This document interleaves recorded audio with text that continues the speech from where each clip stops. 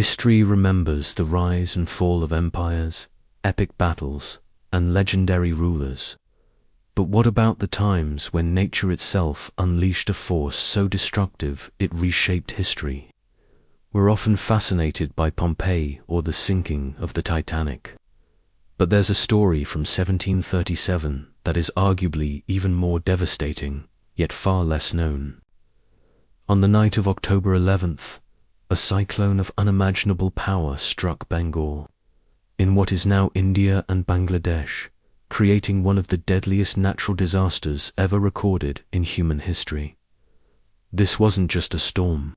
It was an event that wiped out a generation.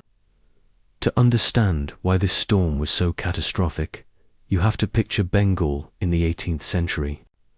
This region was a bustling hub of global trade, incredibly fertile, and one of the most densely populated places on Earth. Life revolved around the rivers, especially the mighty Hooghly River. Towns and villages were built right along its banks. The economy was almost entirely dependent on agriculture, with rice paddies stretching as far as the eye could see. The British East India Company had also established a major trading post in Calcutta, now Calcutta, turning it into a thriving port. But there was a fatal flaw in this prosperous society.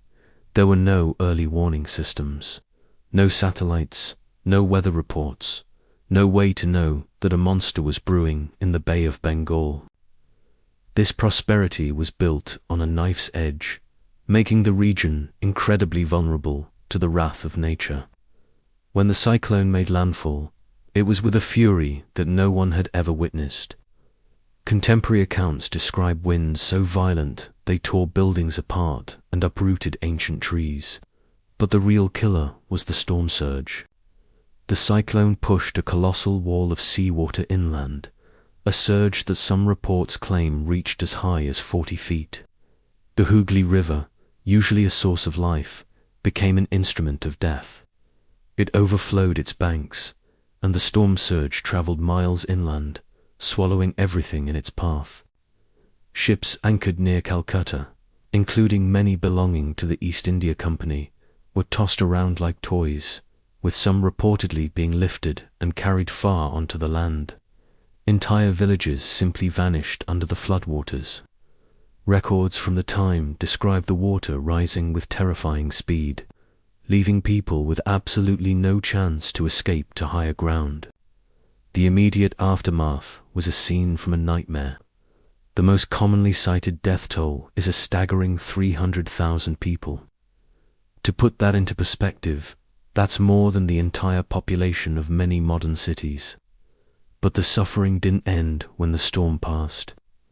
The devastation triggered a secondary crisis that lasted for months. The massive floods destroyed all the crops, leading to a severe famine. The countless bodies of people and animals left behind contaminated the wells and rivers, leading to widespread outbreaks of diseases like cholera. It wasn't just a single night of horror. It was a prolonged period of starvation, sickness, and despair that claimed even more lives. The very fabric of society was torn apart. Now, it's important to talk about the historical records. Much of what we know comes from documents written by British colonial officials and merchants who were there. Some historians have debated the exact death toll of 300,000, suggesting it might be an exaggeration from a time when precise counting was impossible. Some accounts also initially confused the event with an earthquake happening at the same time. However, even the most conservative estimates from British records confirm a truly extraordinary loss of life and unimaginable destruction to property and shipping. Regardless of the precise number, there is no doubt that the scale of the disaster was unprecedented for its time. It was an event that seared itself into the memory of everyone who survived it. The 1737 cyclone left a permanent scar on the region. In the years that followed, people began to change where and how they built their homes, moving away from the most vulnerable low-lying areas. While modern disaster awareness was still centuries away, This event became a benchmark, a terrifying standard against which all future cyclones in the Bay of Bengal would be measured. Even today, when discussing the history of natural disasters, the Great Bengal Cyclone of 1737 is consistently cited as one of, if not the deadliest, tropical cyclone in recorded history.